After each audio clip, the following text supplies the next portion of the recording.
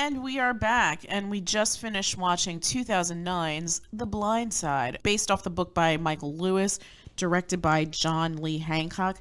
This is the story of a young man named Michael who, through unfortunate circumstances and personal family drama, is basically left alone in the world, and a family headed up by Leanne, played marvelously by Sandra Bullock in this movie, who take them under their wing and make him become part of their family. I've seen this movie before, and it still pulls at the heartstrings. I cannot like this movie enough. I'm going to go around the table and get impressions. Olive G, this was your movie. Why did you pick it?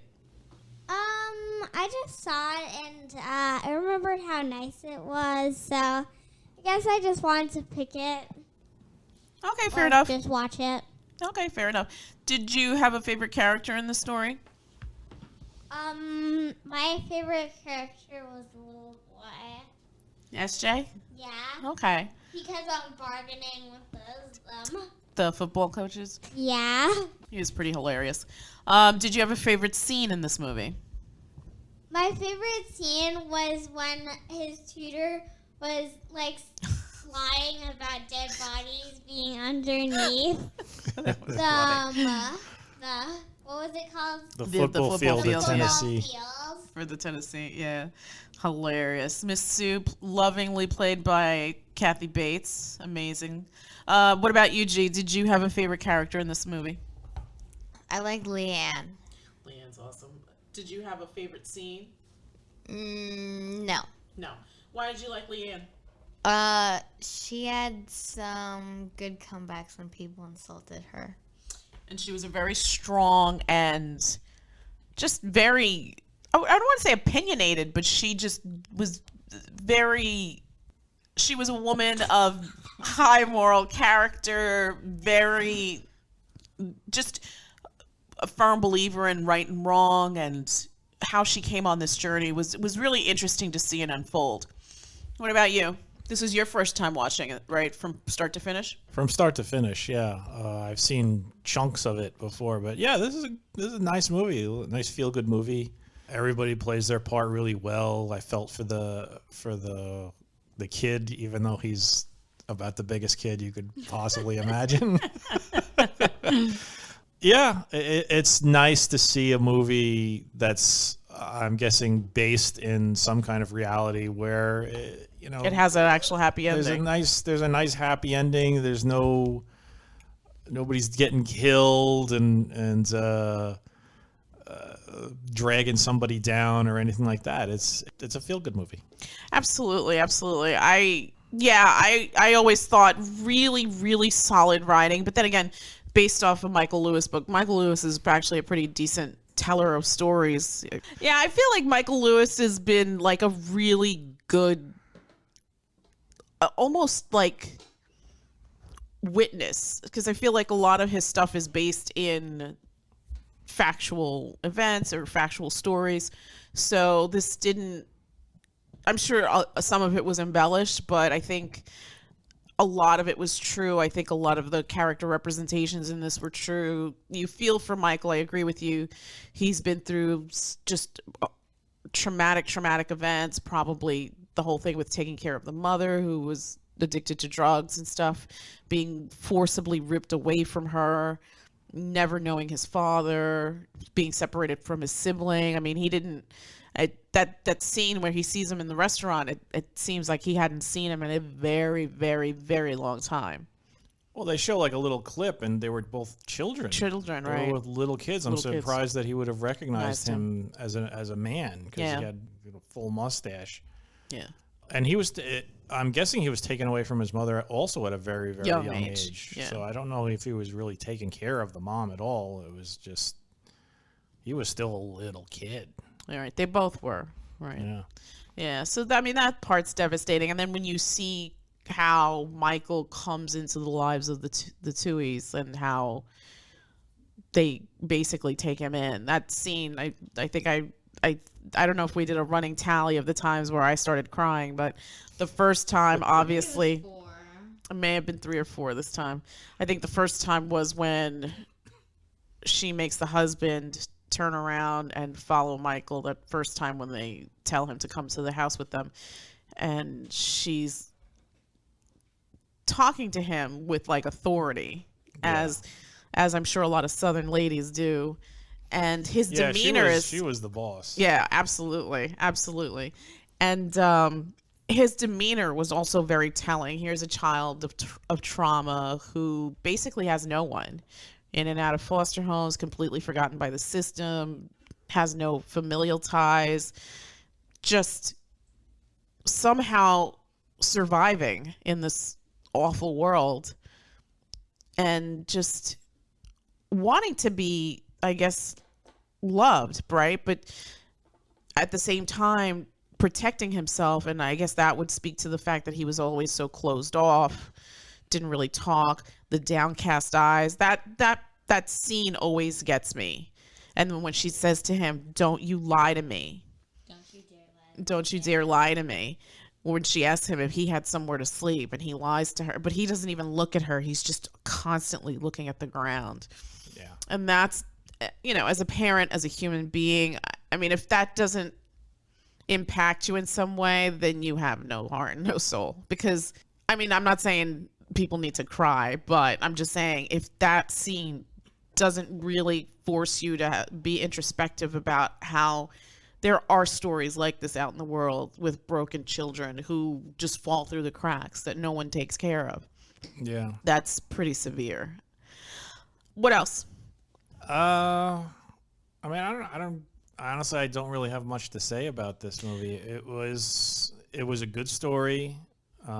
Everybody great well performances. acted, even the little kid. Yeah, great performances. Even the little kid. I love how they got all the college football, the actual college football coaches. Okay. If there were any wooden performances, you were going to find them in that batch. But even they were pretty okay. Some of them were funny because you could passable. But it's funny because you could see them being like this. You know what I mean? And it's like, yeah, it's also interesting how freaking bizarre college sports is. Yeah. I mean, I mean, we could do a whole other thing about that, and the way how they're compensated even more so than like the actual professors in the classrooms. It's crazy.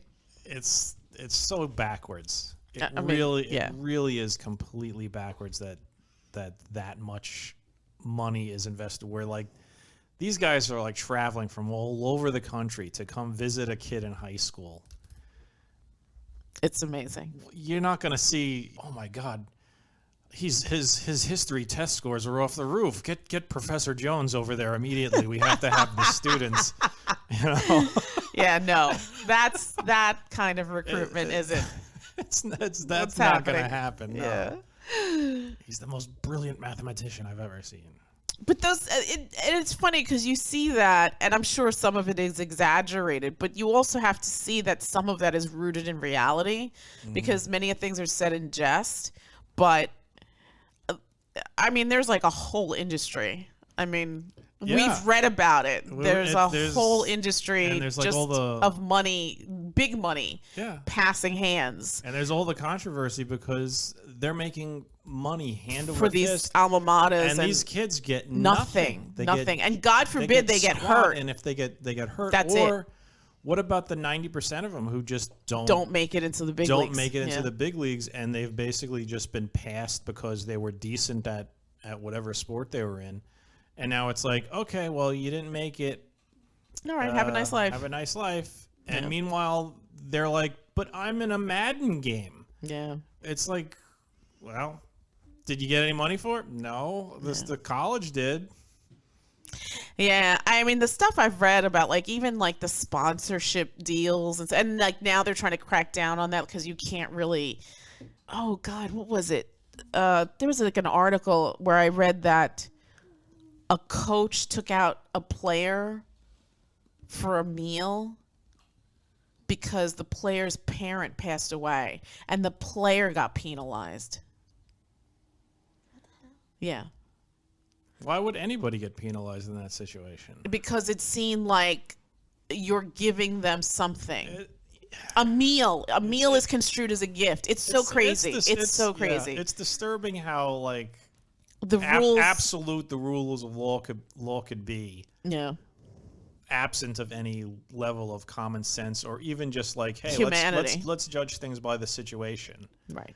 You know, it wasn't like they were trying to woo this kid or whatever, but yeah. now suddenly it's just I just wanted his parents died and I wanted to take Yeah, him I out just for wanted a to take him meal. out for a meal because I wanted him to feel like, listen, I see you, I understand your pain. If you need me, I'm here. Yeah, you're more than But just a cog because in a the coach machine. took him out for the meal, the student got penalized. I can't remember what the outcome of that was.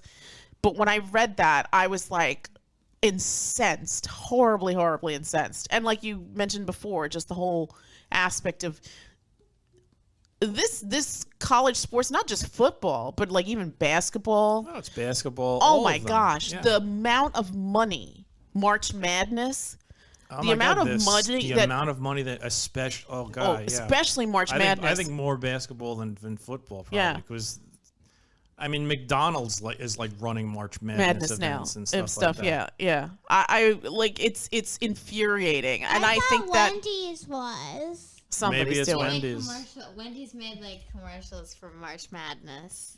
I'm sure they all do, and I'm sure they're all involved because it's money to be made, and it's corporate sponsorship that could be on somebody's jersey. These kids come out on the field. Oh, guess what? Coca-Cola was nice enough to pay for your uniforms. Yeah, or the building that you're in, or Right. or the bus that takes you from place to Place. place. Exactly. Or basically the coach's salary. Yeah. I mean, I have no problem with student athletes making coin because No, they should. they should If- absolutely. If they're going to This treat is it their that way- talent. yeah, if they're going to treat it that way, then give them a cut. Absolutely. But that's never going to happen. These schools are Because, just oh, disgusting. It's for the academic institution. Yeah. Bastards. Well, crap! It's for the academic institution. Oh my God, we turned a feel-good movie now into just irateness. I'm legit like PO'd now thinking about this. It's not the internet unless somebody's complaining. Okay. This is true. I don't know. You want to keep this one short? And Let's keep it short. Let's wrap it up. Olive G, 1 to 10. 8.5. 8.5. Excellent. G. I'll give it an 8.25. 8.25. I really like this movie. If you haven't seen it, it's currently streaming on HBO Max. Yeah. It's about 2 hours and 8 minutes, I believe. 2 Rated and change. PG-13, 2 hours and 9 minutes. Fantastic performances top to bottom. Kudos to everyone just bringing their A game. Even like the lesser characters, the stupid hillbilly in the stands, the bully from the other team. Everybody. Guy was a jerk. Everybody, top to bottom. This is top-notch production, solid script, great design, set pieces, wardrobe, costume. That house that the Tuohys lived in, holy smokes. I want them to adopt me. I would love to live in a house like that. Seconded. Thirded. The motion passes. What's your number? I'll give it an 8. 8. What did I say? 8.5? I don't remember. You know what? Well, if I didn't say it, I'm going to give this movie an 8.5. No, I don't think I did because I was busy trying to talk about all the good points about this movie. But yeah, it's a fantastic little tale. Pulls at the heartstrings, family drama, a few scenes of peril, nothing crazy. Yeah, well, I would say 1. Yeah. There's one scene where things get a bit edgy. Right. Yes. But even then, nobody gets hurt. Nothing really truly bad happens. I mean, there's banister breaks. Although, someone pulls a gun up to. No one gets shot. but no one gets shot. There's none of that. It's not like Yeah, but there's a gun noise. yeah. Just warning people. I mean, the rating is PG-13, but I feel like our youngest watched There's it. nothing anybody of- could watch this film. Yeah, there's Anybody. not like crazy cursing.